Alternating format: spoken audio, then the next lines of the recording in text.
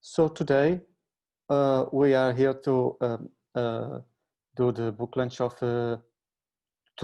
three books. The first one is Challenge the Strong Wind, Canada and East Timor, 1975-99, by David Webster. It will be the first. And then Populár Education in Timor-Leste, Past and Present Experience, by Samuel Penteado Urban, Antero, Benedito, Silva, and Irlan von Linsingen. I don't know if I said it correctly. And then also Samuel will talk us about another book that is also working on, and he will also give us a little, shed some light to it. Okay, so he's still a little in the darkness, but he gave us a little light guiding tour towards what we can expect in this new book that is about to born. So, but first we start with David Webster. Thank you very much, David. So I give you the floor. I'm going to put your book here and please, you can start. Okay, thank you. And I'll do a screen share in a minute. Okay. Yeah, I just, it's good to have pictures, and so I remove mine. I will remove mine. Get tired. Sure, that would be great. Yeah. Okay. We get tired of looking at each other's living rooms, I think. So it's good to have this. So thanks for the chance to say a few words about this book. It is about Canada, which is of limited interest in some ways, but is in other ways typical of middle-sized Western country in terms of its attitude towards East Timor during the period of Indonesian occupation, in the sense that the government accepted the Indonesian story and quietly supported Indonesia. Being Canada, it did so quietly rather than vocally like the United States, but nevertheless gave consistent active support in the diplomatic, economic, and even military realms through small but significant arms sales and symbolically significant military sales. However, by 1998, the Canadian government had reversed its position and was publicly supporting self-determination for Timor-Leste, and doing so before other Western countries did so. So that's the story that I largely tell in the book, and I start off with a prophecy by José Guterres. There's a common name for you. One of three Timorese refugees in Canada, and the one who's never talked about. He says that after the invasion happened on the 7th of December, the full-scale invasion in Dili, his older sister said to him, well, I have a prophecy. It's been 24 hours since they landed troops in our country. Therefore, after 24 years, we will regain our independence. And in fact, 24 years later, that did happen. So this is a story that he told in the 1990s frequently. So a nice prophecy. So I opened the book with that because it's a debunking of the common Western government argument that, well, East Timor might be a noble cause in a terrible human rights situation, but there's nothing that can be done. Indonesian rule is irreversible. So the best thing to do is just forget about independence and just try to talk about humanitarian relief and gentle pressure for human rights. But in fact, of course, Timorese resistance showed that Indonesian rule was not irreversible. It was quite reversible. So that's where I am in this. I'm going to do a screen share for a moment, if I can remember how to. Share screen. That one.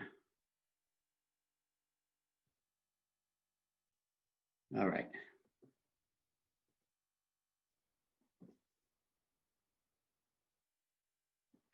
All right, am I sharing successfully? Okay, great, thank you.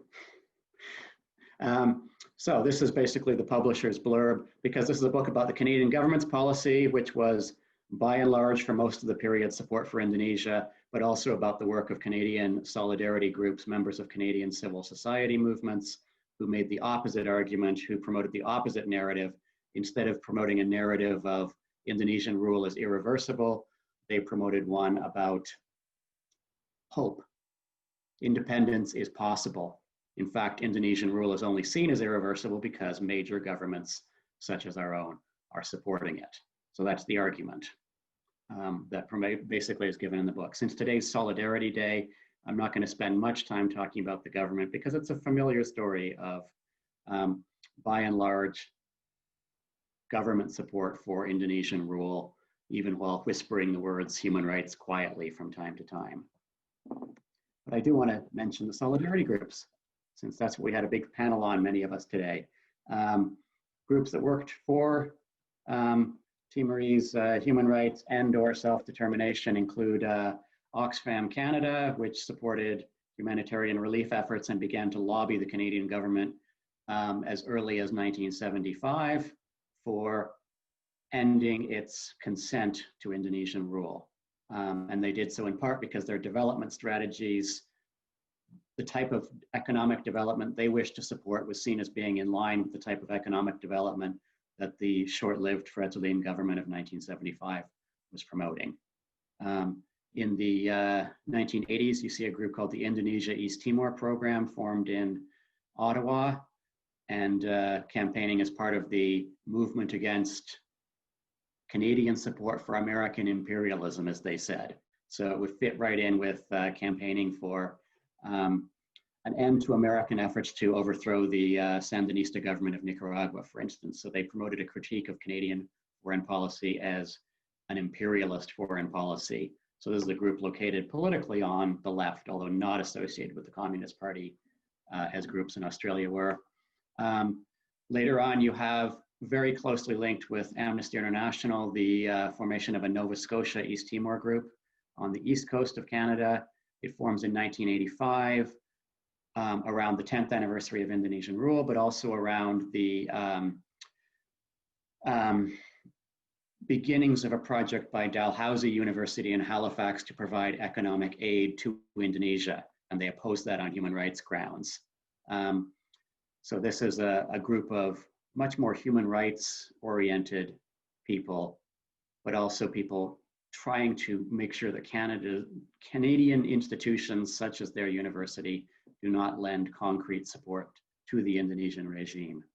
The Nova Scotia East Timor group eventually merges into the East Timor Alert Network, or ETAN Canada, which from 1987 until 1999 and a little bit afterwards is the major Canadian campaigning group and is relatively well known, I suppose,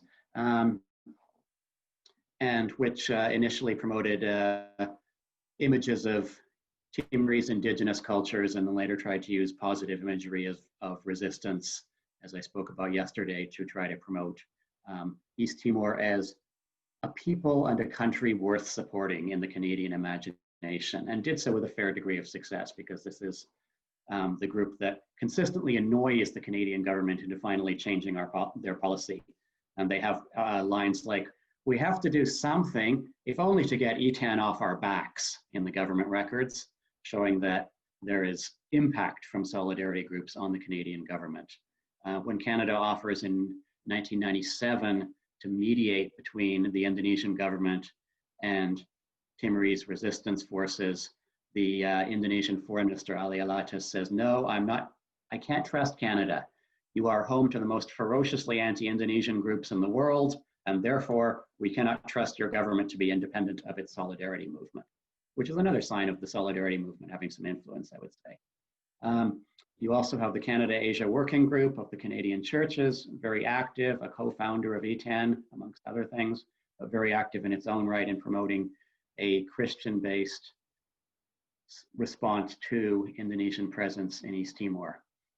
Similar for the Canadian Catholic Organization for Development and Peace, or Solidarity and Peace, as they call it in French, because French is a little more radical in Canada than English, for whatever reason. And the Canadian Catholic Organization for Development and Peace teams up with the Justice and Peace Commission of the Diocese of Dili to provide concrete support to human rights training, to human rights promotion, to radio programming, and to the construction of a seminary, but also does a lot of lobbying within Canada and within Catholic circles to try to mobilize Catholic circles to support ETAN activism and Timor activism more broadly. ETAN does split into two in its final years. The other half of the organization breaking away to form Canadian Action for Indonesia and East Timor, and being part of a global wave of solidarity groups trying to be more aware of Indonesia. And this is an issue that was raised today. Indonesian groups are talking a lot more about connecting the two struggles of Indonesia and East Timor. This is happening in Canada too. Parliamentarians for East Timor is well known in Portugal. Many, if not all, Portuguese parliamentarians were members. In Canada, they did have members from all 5 political parties, and about 30 to 40 members of parliament in total.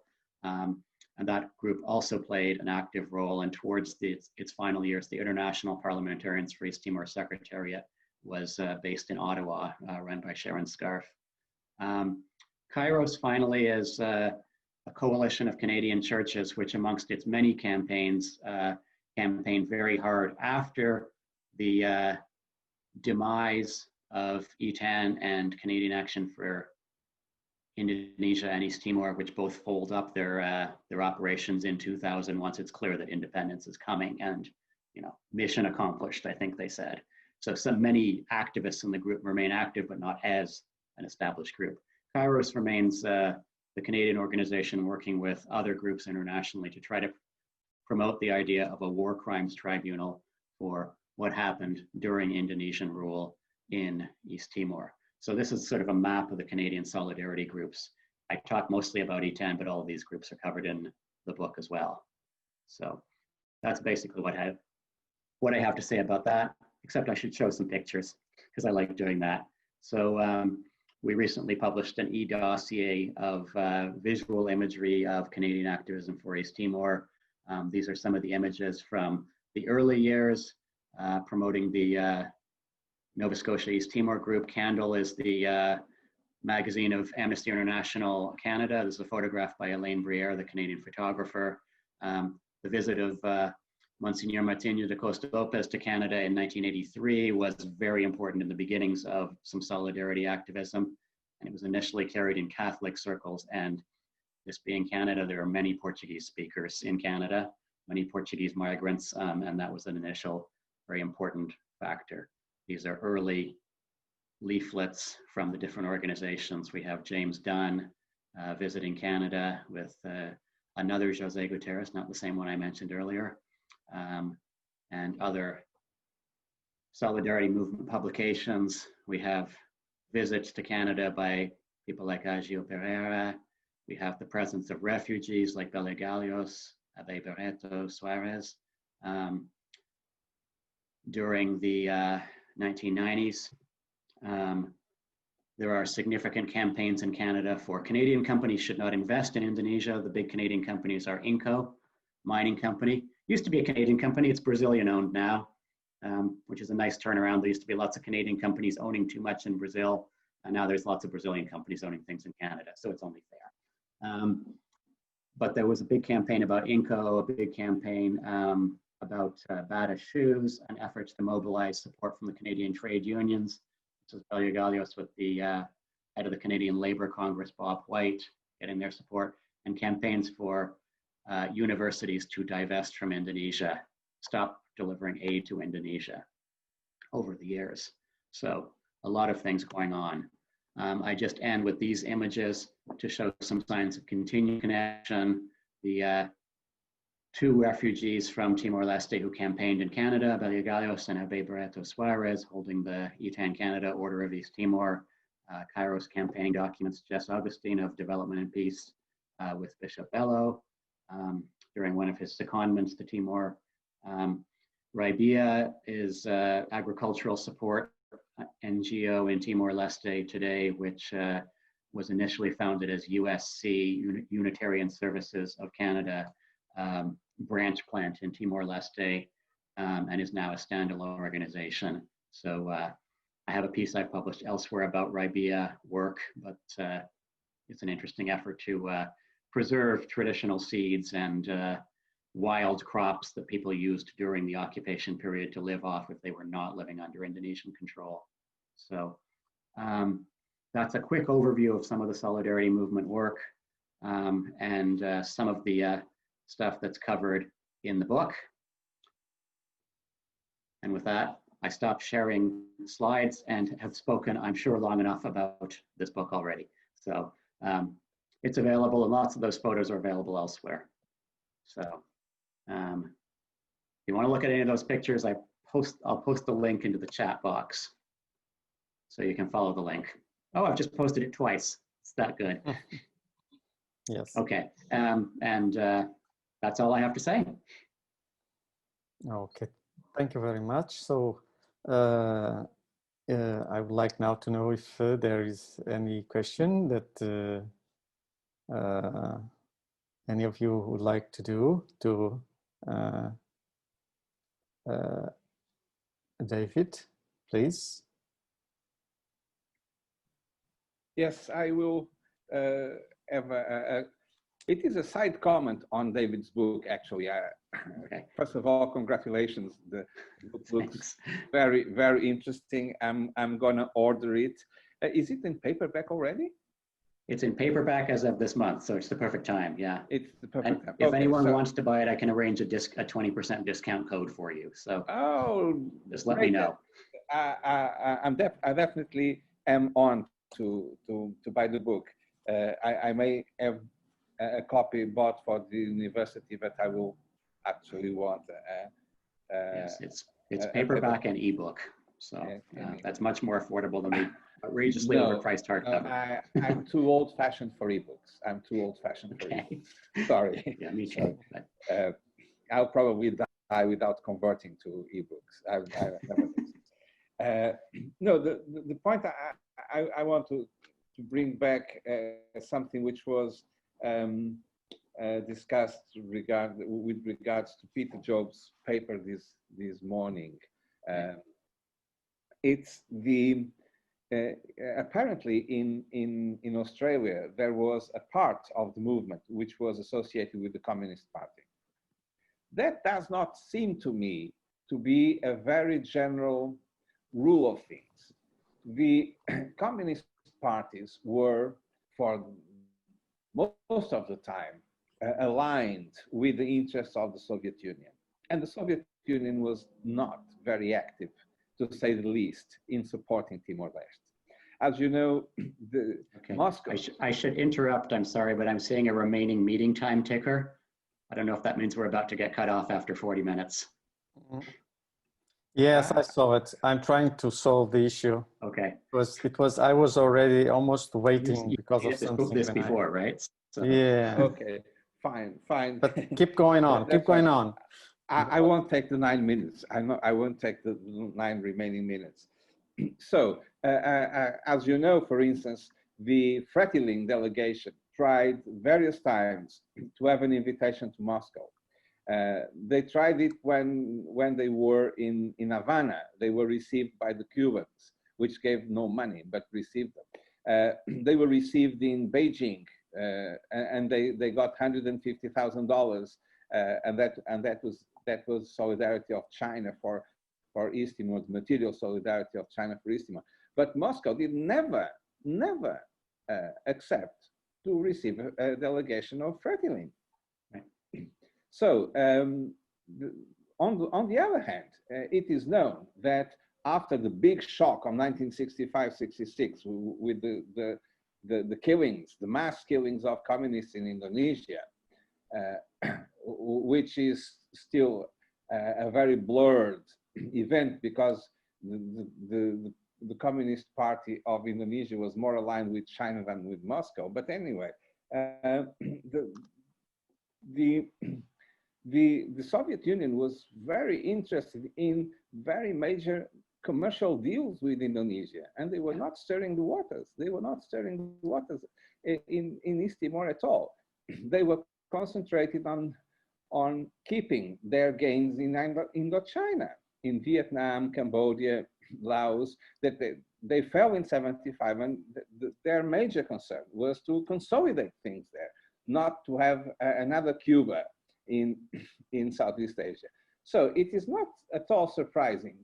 What is surprising, really, is that the Communist Party in Australia may have been involved in major activities in favor of East Timor. Elsewhere, I don't think it's the case. And as far as I got from your extensive list of organizations, there doesn't seem to be anyone to be directly linked to a Communist Party or Soviet-oriented organization in Canada. Am I wrong? No, you're right. You can respond on two levels about this sort of communist role, right? And one is the Soviet Union, which you mentioned, and the PKIs, the communists who were slaughtered in Indonesia, and the many others who were slaughtered, the millions of others who were slaughtered in '65 and '66, were said to be supporters of the Communist Party of Indonesia, the PKI, which was a China-aligned communist party. So the Soviet Union didn't mind. The Soviet Union supplied napalm to the Indonesian armed forces, which was dropped in East Timor by American-supplied warplanes. What a great example of superpower cooperation. Yeah, that's tongue-in-cheek. The Communist Party of Australia is very influential in trying to control the East Timor Solidarity movement.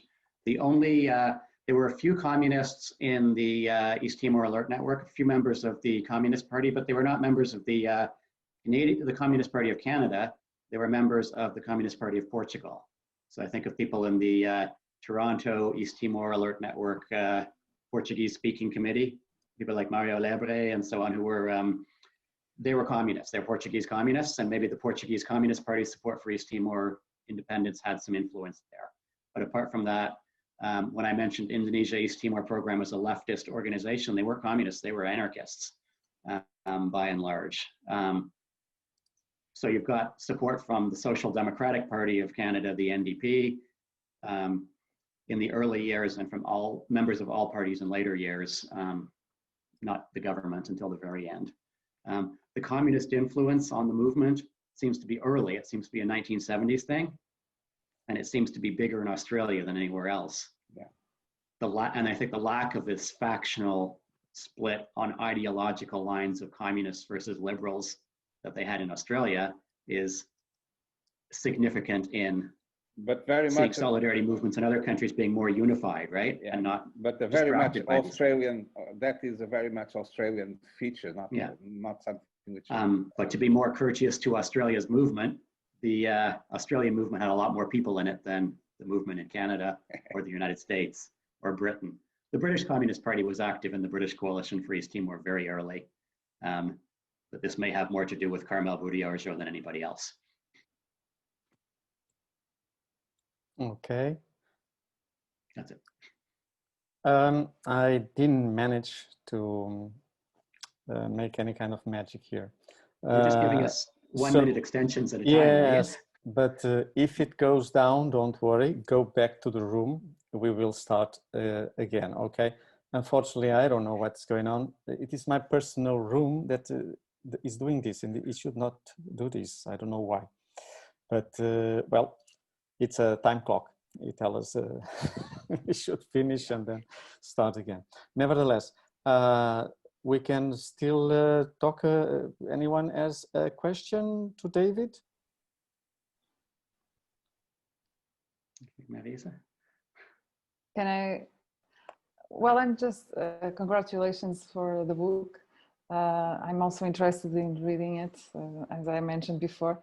I was wondering when you were talking and you said that there's all these connections with the Portuguese movement and the Portuguese migrant community in Canada, which is big. I was also thinking about the connections between solidarity movements across countries, which we know existed. So I was just thinking if you could give us some examples of how Canadians work together with other Europeans or Australians. I'm still not very knowledgeable about that, and I was curious. Well, actively. The solidarity groups started to come together over Christian consultations on East Timor held in Europe, across borders, and that inspired the creation of the East Timor Alert Network in Canada. ETAN was present at the UN Decolonization Committee and the UN Human Rights Committee each year, which was a coming together of groups from different countries. I think that, and they were groups from all sorts of different countries attended these events and presented these events. And as a result, meetings are organized of solidarity groups outside of these meetings. Let me do a super fast slide share. I have to share this. Okay, this is a solidarity group meeting in Geneva. Okay. If it's shared.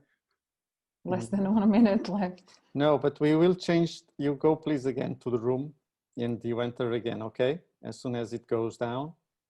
As soon as it goes down. We re-enter. Okay. So if I look at this picture, it's a solidarity groups meeting and it's organized by CDPM from Portugal as the host. And that's Luisa Tetonia Pereira, big name in solidarity activism, right? Yes. So, so between that and then later the International Federation for East Timor based in Kyoto and run by the Japanese solidarity groups, there's a lot of working together and deliberate decisions to make common messages, such as we all have to say the same number of people have died in East Timor. We're hearing different numbers from all these groups. You Canadians have started saying 250,000, which might be true, but it's causing messaging issues. So could you please all say 200,000? That's interesting. You know, so there's that. I mean, that's one example of many examples where the messaging is coordinated amongst these groups at these meetings. So, did they participate in the Professor Barbeu, the University of Porto yes. Meetings? Okay. Yeah. The money that was used to pay for the Porto Jornadas was, some of that money was given to fund what something called Team Timor, 10 Timorese and supporting activists touring Canada in 1997 in the lead up to the Asia Pacific Economic Cooperation. That Team Timor project would never have happened without Portuguese money. So thank you. We're waiting. And if there is any more questions, and we take, well, we can continue to discuss here with David. And meanwhile, we wait that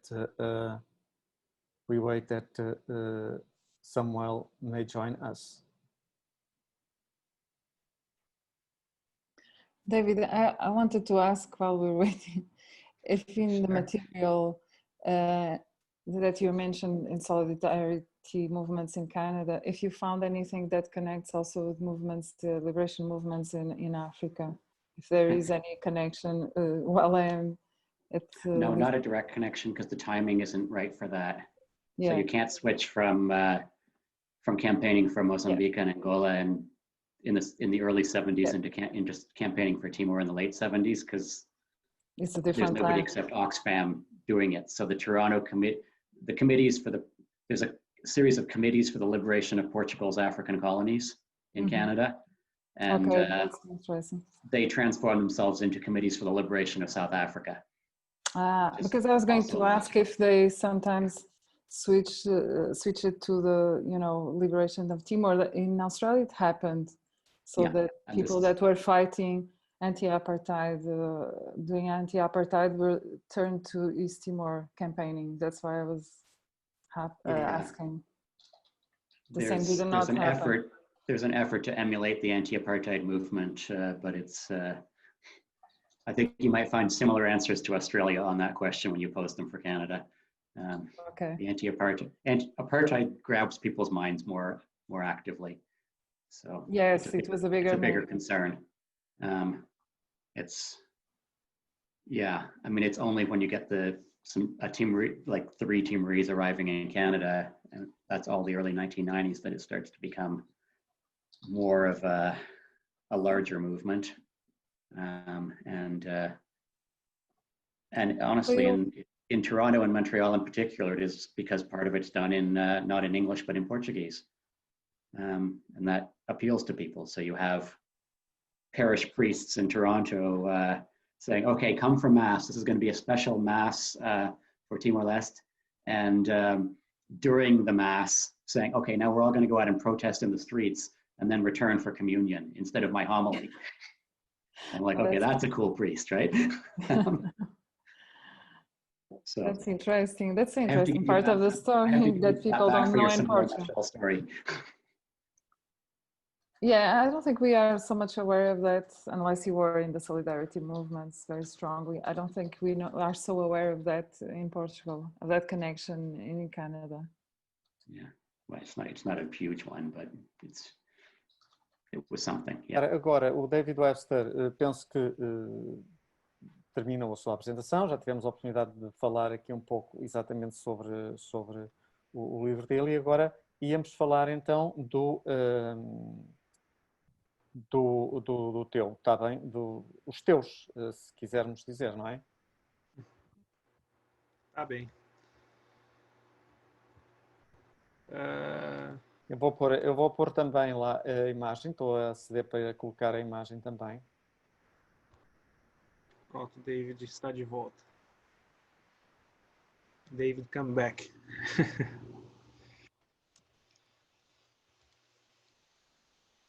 Ok. Ixi. Aconteceu alguma coisa aqui. Eu partilhei agora o ecrã e está aqui Tá. o Eu livro. já assustei, já pensei que caiu de novo. Não. Pronto, está aqui, estou a passá-lo lentamente.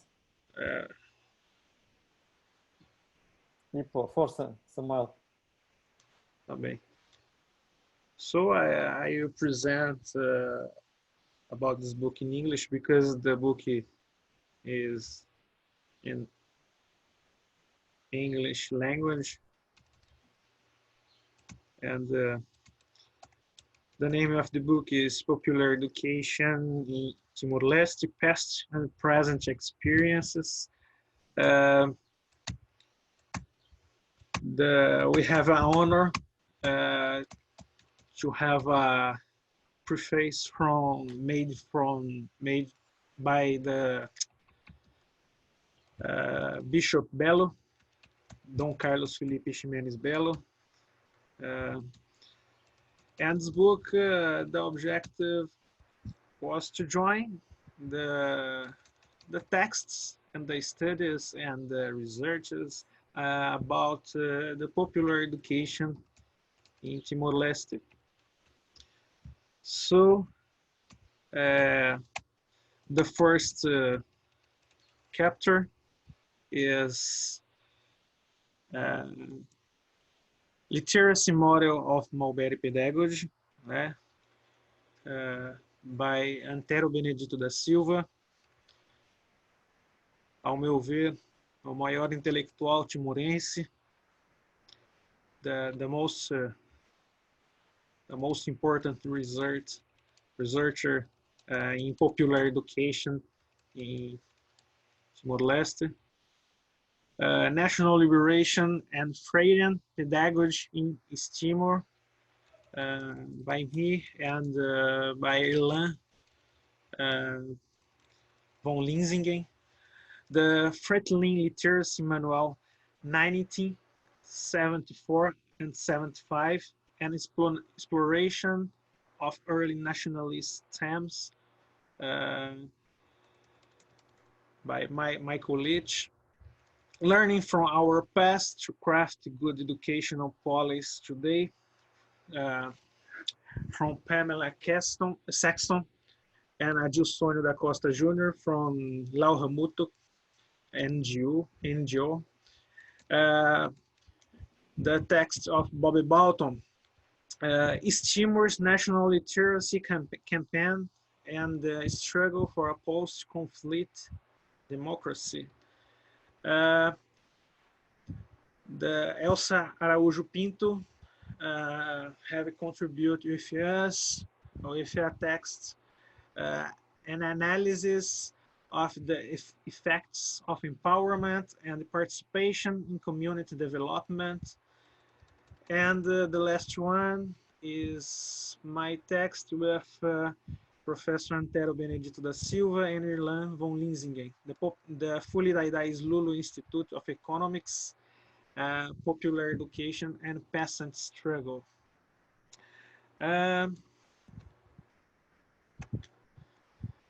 So,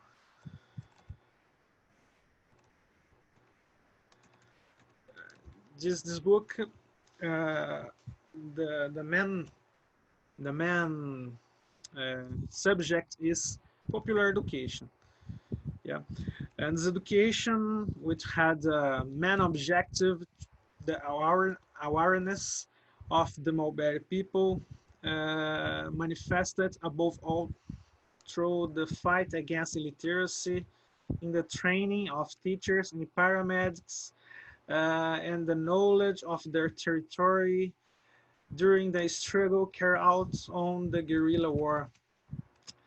After restoring independence to raise awareness among the Mulberry pedagogy, popular education materialized through the literacy campaign, and in particular, in the struggle for agrarian reform and the development of a solidarity economy founded on the real peasant needs of Timor-Leste.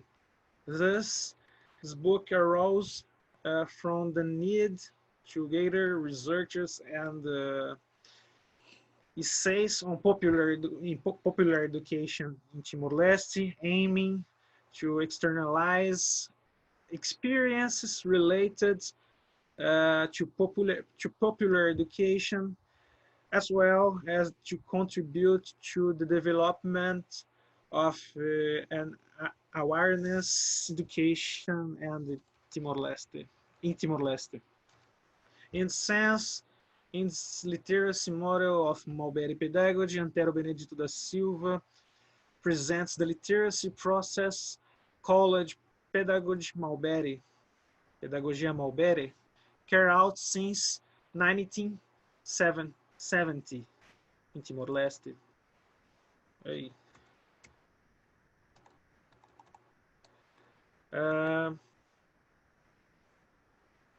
About the second one, National Liberation and Freedom Pedagogy in Timor, Samuel Penteado Irlan, me, yeah, and Irlan von Linsingen highlights the role of Freire's pedagogy in achieving the restoration of independence in the East Timorese country.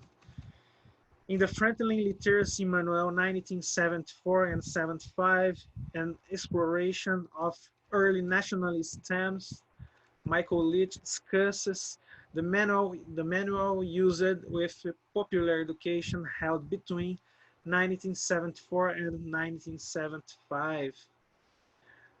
In the essay, Learning from Our Past to Craft Good Educational Policies Today, Pamela Sexton and Aldilsonio da Costa Jr. analyzes popular education carried out after 1970, aiming at the education of the present and the future. In East Timor's literacy campaign and the struggle for a post-conflict democracy, Bobby Bolton presents the literacy campaign carried out after the achievements of the restoration of independence under the influence of Cuban cooperation. As the professor of the Fulidaidai Institute of Economics, Elsa Araújo Pinto discusses empowerment and active participation in community development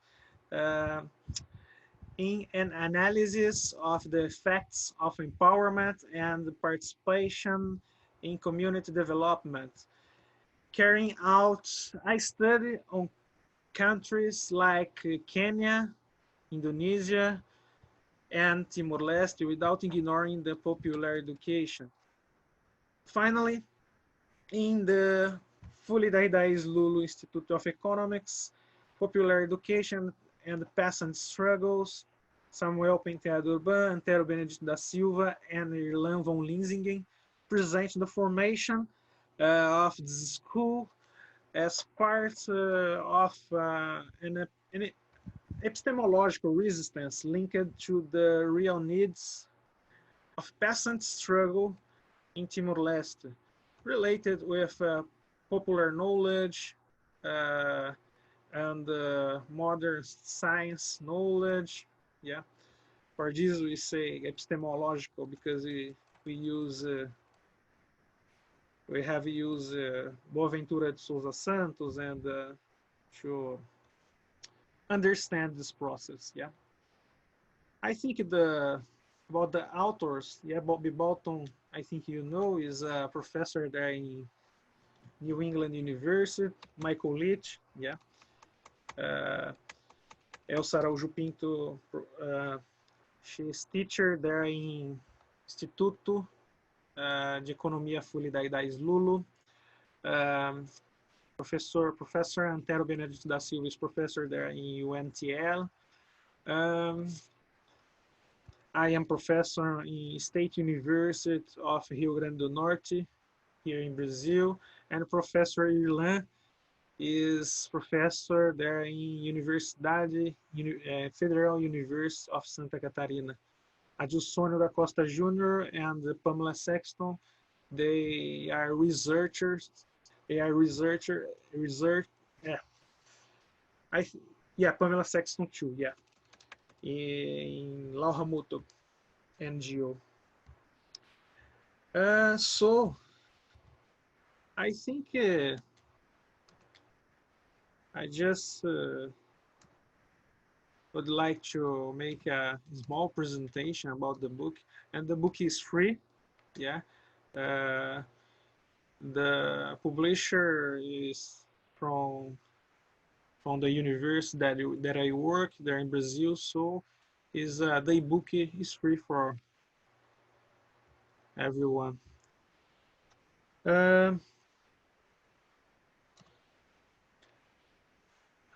A lot of times I don't speak English, so because here in Brazil I never use English. I can write, but to speak I am really bad because so sorry for the English. And I think this is the book. Yeah. Thank you for the opportunity.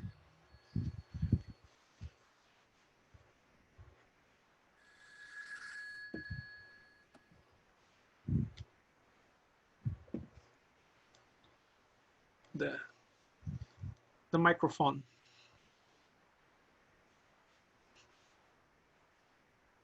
Sorry, I was saying that I was presenting a little the book to make the download and just present it a little so that everyone could see. Nevertheless, now it's up to you, to those who are here who want to make any question to Samuel, please. I'm just going to share again the place where you can get the book, that is here. Yeah. And then you can go directly to the book exhibition, and in the file concerning the book, it's at the end, the availability of the book is here. Any question?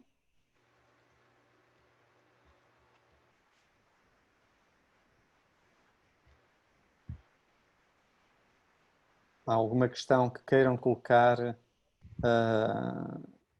ao Samuel?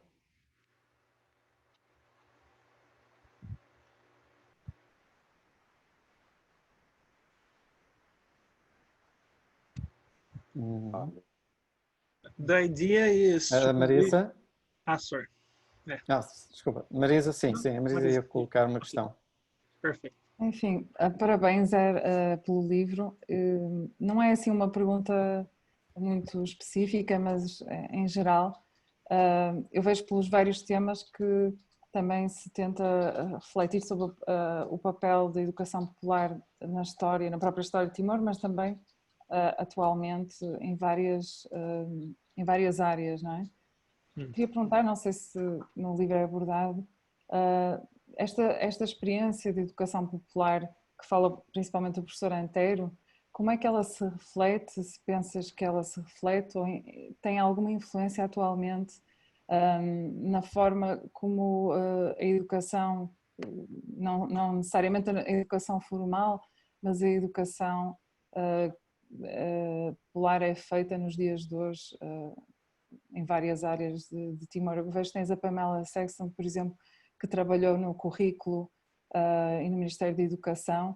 Eu penso que agora está na Lau Mutuc, mas foi uma pessoa que esteve diretamente relacionada com desenvolver o currículo, penso, na área de Ciências Sociais com os timorenses. Portanto, se reflete alguma coisa dessas experiências atualmente nos modelos educativos que se adotam em Timor. Não sei se faz sentido, mas pronto, foi o que eu pensei.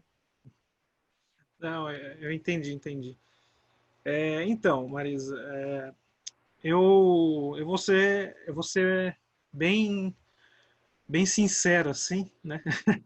Por favor. Tanto aqui no Brasil quanto, né, a minha área de pesquisa é pesquisa de educação popular, né, sobretudo ligada aos camponeses e movimentos sociais. Inclusive, os próprios textos também eles compõem mais nessa perspectiva mesmo, né? O Bob Balton trabalha um pouco a questão, né, dos cubanos no processo de alfabetização e tudo mais, da cooperação cubana. Mas é uma coisa que tem muita gente que fica às vezes até em choque. É que eu não acredito muito na educação formal, entendeu? Aí é uma questão de crença mesmo. E é por isso que eu pesquiso a educação popular com os camponeses. Eu acho que a escola, para mim, é mais do mesmo. E às vezes eu acho que até o Pierre Bourdieu, ele tem muita razão no que ele fala, em muita coisa, sabe? E tem muita gente que fica assim, nossa, chocado quando eu falo isso. Apesar de eu ser um professor numa universidade, né? E praticar esse ensino. Mas infelizmente, como diz o Ferdinand Braudel, né? Que eu sou geógrafo também, né? Ele fala que através dessas brechas do capitalismo, a partir dessas brechas que a gente encontra, o David Harvey também, né? Que é geógrafo britânico, mas trabalha nos Estados Unidos, né? Ele também fala que nessas brechas a gente se insere nesse meio para depois, tipo, ser um cavalo de Troia. Pois Então, talvez seja, desculpa, nesse sentido, como tu estás numa universidade, pronto, de ensino formal, também sim. em Timor, o professor Antero também está numa universidade, não é? Exato, exatamente. De certa maneira estão enquadrados em instituições de ensino formal e de certa maneira também carregam com vocês as bagagens, não é? De aprendizagens. Eu sei que trabalham muito com formação, portanto, na parte de educação popular, mas era também mesmo isso, como é que essa história que vem das zonas libertadas em Timor e dessas campanhas de alfabetização que a Fretilin fez, como é que se aplicam e transportam também para a própria educação popular hoje com os camponeses? Sim. Também era essa a pergunta. Entendi. Só para continuar aquilo que eu estava falando. Sim, mas desculpa. Então, na verdade, assim, eu comecei a ter uma esperança quando eu fui conhecer o Boaventura de Souza Santos, né? Quando ele fala que a educação popular, né? Porque a universidade, a escola pública e tudo mais, ele tem uma experiência assim no Brasil, né? Ele tem um conhecimento sobre o Brasil, partindo dessa realidade brasileira. Enquanto não trouxer o popular para dentro da universidade, a gente fica descrente. Eu comecei a ter uma esperança quando eu comecei a trazer, por exemplo, aqui os movimentos indígenas para dentro da universidade, entendeu? Quando você começa a popularizar o conhecimento nesse sentido. Aí eu já comecei a ter mais uma esperança, sabe? E aí o Boaventura começou a mudar um pouco a minha cabeça nesse sentido. Ainda bem. Não sei. Tava muito radical nisso daí, mas a questão de porque como eu sempre trabalhei com o movimento dos trabalhadores rurais sem terra, né? E assim é difícil, sabe? Chega um momento que você começa a ficar muito descrente, sabe, de tudo, sabe? São angústias que a gente fala, pô, não dá, sabe? E não vai. E a gente vê que a única esperança ali é que surge naquele movimento e, enfim, né? Foi mais uma angústia que eu falei para vocês que eu nunca falei para ninguém. Bom, mas em relação aos camponeses lá de Ermera, né? Eles têm como modelo a Escola Nacional Florestan Fernandes, do MST, né? Porque o MST ele é reconhecido no mundo todo, né? E sobretudo porque eles têm pela via campesina uma parceria. Então, anualmente vem uma camponesa e um camponês estudar aqui na Escola Nacional Florestan Fernandes. E eles fazem um curso de formação.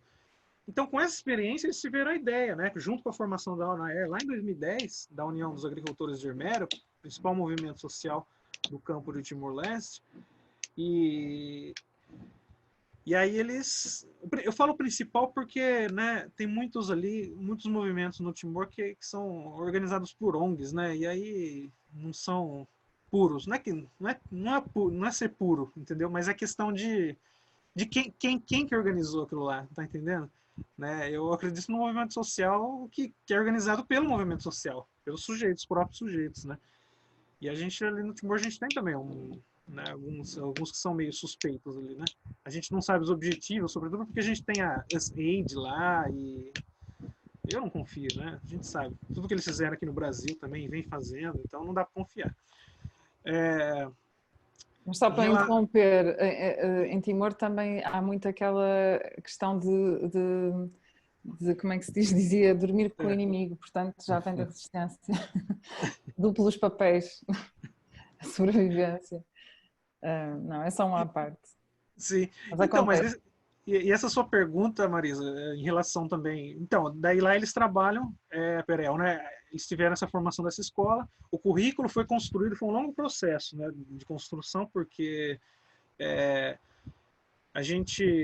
quando eu cheguei com a cooperação em 2013 para trabalhar, já estava em processo. Não foi a gente que idealizou aquilo ali, mas o Antero nos chamou para participar, porque ele sabia ali que tinha tinha a Camila, o Daniel, né? E a gente tinha uma experiência com movimentos sociais aqui no Brasil, tal. E aí eles chamaram a gente para participar.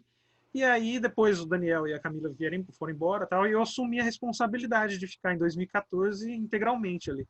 E daí foi uma demanda dentro da cooperação brasileira. Isso graças aos coordenadores aqui do Brasil que foram muito flexíveis quanto a isso, né? Porque dependendo de quem fosse, falar, não, vai trabalhar com movimento social, né? Né? Então, enfim, que é o professor Irlan e a professora Suzane, né? Então eles eram coordenadores, então eles são cabeça aberta, né? Então, e a partir dali houve a construção do currículo da escola, eu lembro nas assembleias, os camponeses iam jogando as ideias assim. A gente precisa disso, a gente precisa disso, precisa disso. Então, teve um currículo mais extenso, depois ele foi reformulado para ficar menor, por vários motivos. Porque eles não têm transporte lá das bases da UNAER para Gleno, onde funciona a escola. Os alunos eles andam 6, 7 horas, todo sábado para ir para a escola. Vão andando das bases. Não tem transporte. E aí o que aconteceu? Daí teve que reduzir o currículo, né, para os finais de semana. Que de certa forma tem aquela pedagogia da alternância, né, que eu acho que surgiu na França, se eu não me engano. Eu não sou especialista na área, mas aqui no Brasil se usa muito nas escolas do campo. Daí tem uma adaptação dessa pedagogia da alternância, ou seja, durante a semana tem as atividades práticas, no final de semana são as aulas teóricas, né? E aí há essa relação. Muito da avaliação é feita nos próprios lotes que eles plantam, da adubação orgânica, e aí entra a questão da tecnologia social, que eles produzem essa tecnologia Fulidais Lulo, que é uma tecnologia com protagonismo dos próprios camponeses e tudo mais, e a escola ela vai desenvolvendo isso. E ela tem uma ligação com a UNTL, com o P-Center, com o Antero, né? Então o certificado vai sair pela própria UNTL, né? Vai estar se formando a primeira turma agora e vai sair. E isso é muito legal, né?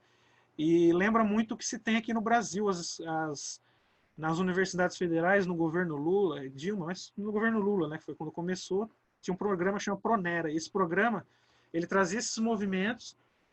Você tem um currículo específico para, por exemplo, uma agronomia da terra. E essa agronomia é voltada para os assentados. É um curso de agronomia, só que específico, né? A partir das necessidades dos camponeses e tudo mais. É mais ou menos nesse modelo que funciona. Então, não é uma coisa também tão... É nova, claro, por ser na realidade de Timor, mas assim, tem um pouco o Antero, por exemplo, ele é muito antenado, né? Então, ele de certa forma ele que está por trás de tudo também, né? Junto com o movimento, claro que surge do movimento, mas ele está sempre no meio ali, né?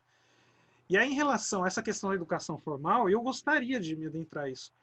Porque partindo dessa proposta do Boaventura, né, de se trabalhar com a educação popular para dentro da escola, do ensino escolar, aí sim eu acho legal. Desse ensino mais tradicional, aí eu acho legal.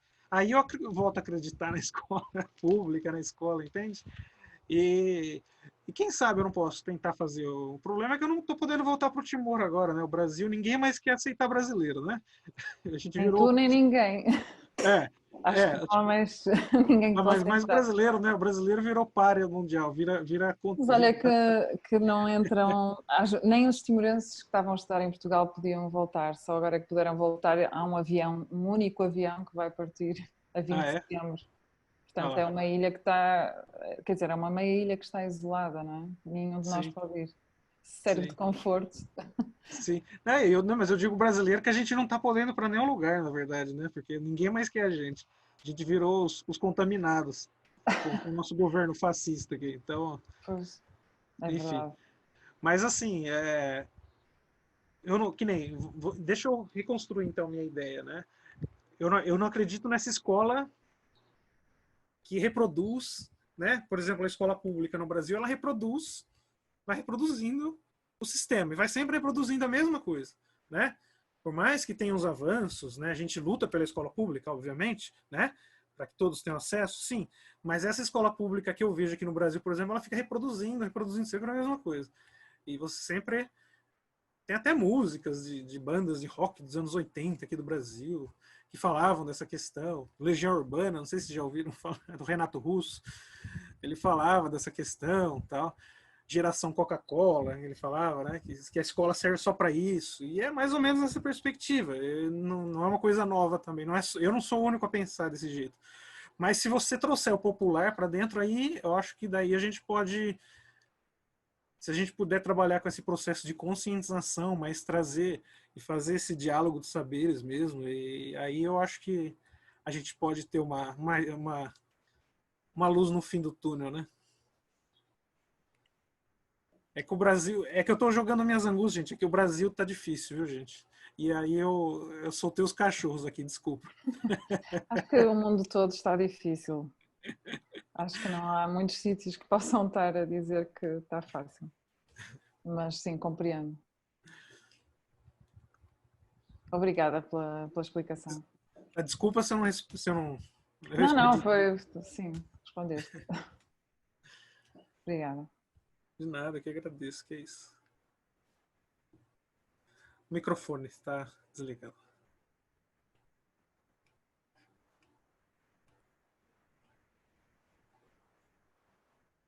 Em casa de, como é que é? Casa de Ferreiro, de espeto, não sei o que é de pau, não é? Uma coisa assim.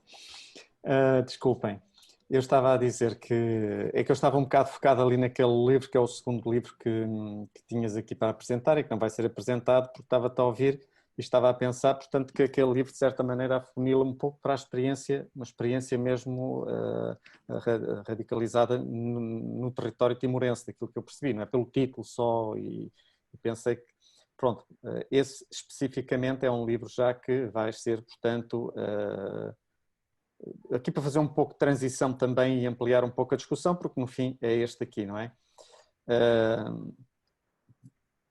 Este irá sair, que é a Educação Popular e Agricultura, portanto, em contexto mesmo, não é? E esta ideia da resistência e experiência em Timor-Leste relacionados com esta educação popular.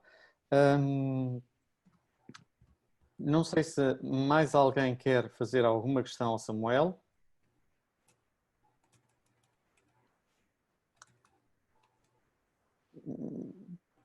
Estava-me aqui a recordar que realmente só me lembro de uma vez ter encontrado Educação Popular em Timor ali perto de Bobonaro, um pequeno suco por iniciativa lá de algumas pessoas que estavam a fazer justamente portanto, aprendizagens, construindo os seus próprios materiais, etc., a partir das suas experiências. Enfim, um bocado, era o método Paulo Freire, eles estavam a seguir um pouco o método Paulo Freire, não é? E, portanto, foi a única coisa que assisti, mas entretanto depois aquilo deixou, não sei porquê, não sei o contexto, sinceramente, mas foi a única oportunidade que tive de ver realmente esse processo em Timor. O resto está tudo muito radicado enfim, na escola normal, digamos assim, não é? Escolas religiosas, e a escola religiosa que é a escola também normal e que se pretende ser, enfim. Não sei se há mais assim alguma questão para o Samuel ou se ele nos quer dar um bocadinho só de uma, enfim, uma breve ideia do que é este segundo livro que irá aparecer ainda este ano, não é? Daquilo que eu percebi, ainda sai este ano, não é? Sai ainda Sai, até sai.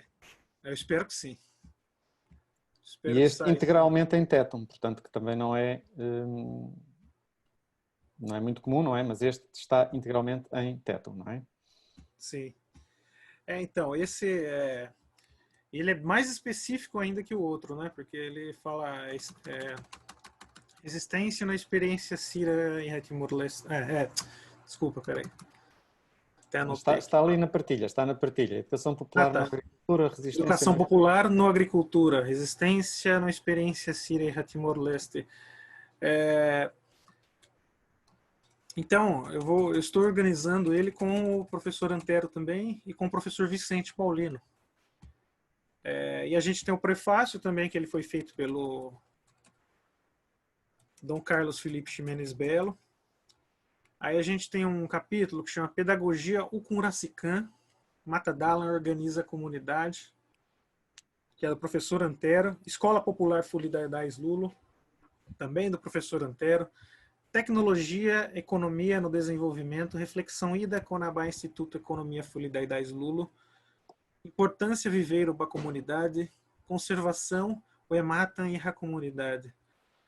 E esses dois são do professor Leonardo Soares, do Instituto de Economia Fulidardais Lulo. Né? O Tecnologia, Economia e Desenvolvimento, Reflexão e da Conabá, Instituto Economia Fulidardais Lulo, é meu.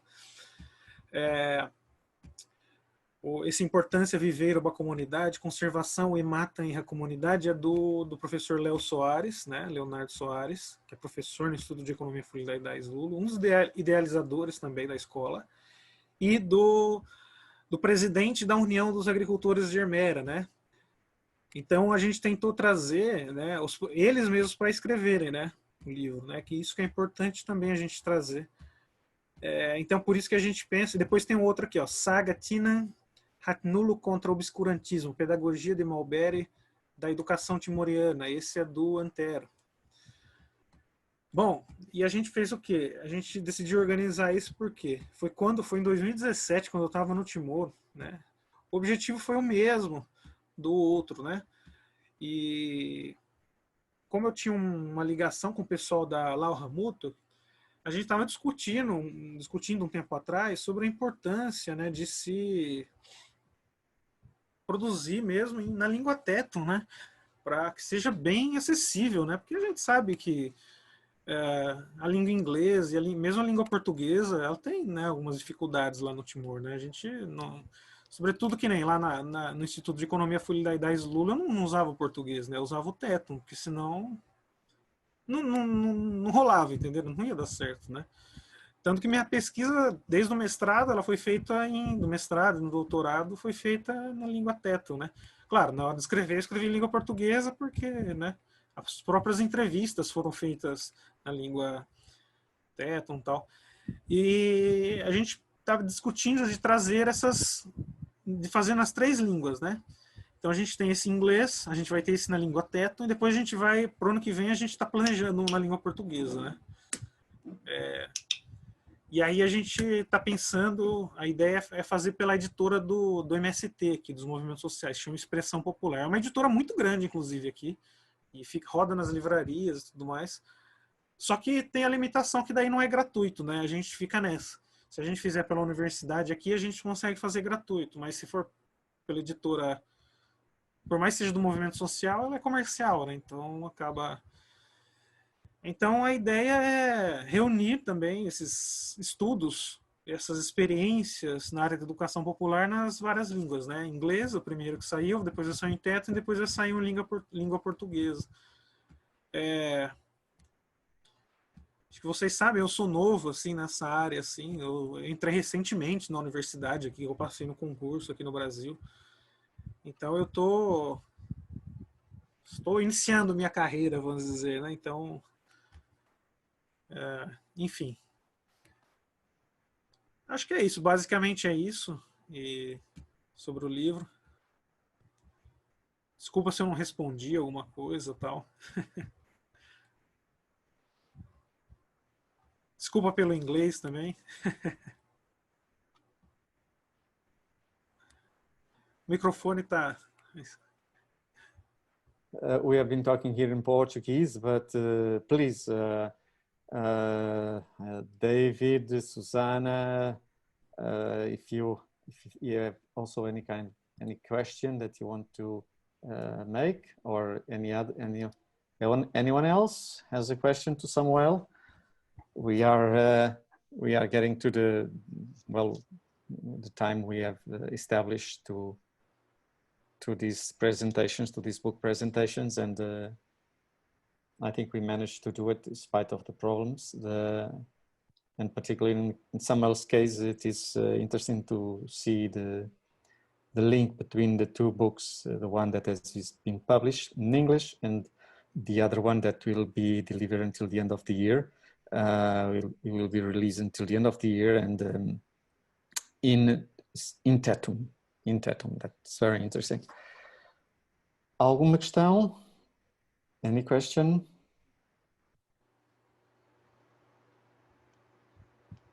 Ok, bom. Se não há mais nenhuma questão, então eu agradeço a todos a presença e pronto, e esperar que se juntem a nós amanhã aqui às 8 da manhã de Portugal, 4 horas de Timor, enfim, 4 horas da madrugada de Brasil é um bocadinho complicado, eu sei. Mas pronto, que se juntem a nós para mais 3 painéis que vão decorrer amanhã e também ao fim da tarde iremos ter o lançamento de mais 2 livros, se não estou em erro, não tenho aqui agora, penso que é este que vai ser amanhã, setembro 9, sim, amanhã temos mais 2 livros que vão ser lançados. Pronto, muito obrigado a todos e resto, boa noite, bom dia e bom descanso. And see you tomorrow, and please join us again tomorrow for our panels, the 3 panels that will take place, and also the book launch of 2 more books, one from Anne Wigglesworth and the other from Kewa Poema and Kelly Silva, Daniel Simeon in the afternoon. Thank you very much all.